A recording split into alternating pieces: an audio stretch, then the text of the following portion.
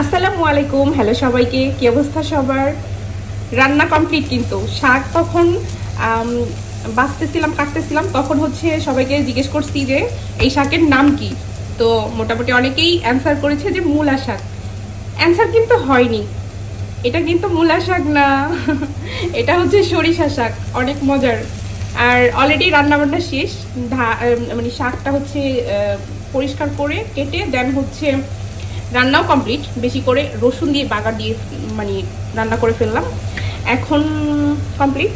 আর এখানে যে আমার বেবির জন্য খাবার বসাইছি বলতে এখনো বসাইনি। এটা হচ্ছে কলিজা, সেদ্ধ করে আগে পানি ফেলে দিচ্ছি, কারণ না হলে একটু তিতা লাগে, ওইটা ফেলে দিলে মজা লাগে আর কি, কলিজা। আর এখানে তো যে ভাত বসাইছি, এটা দেখানোর কিছু নাই।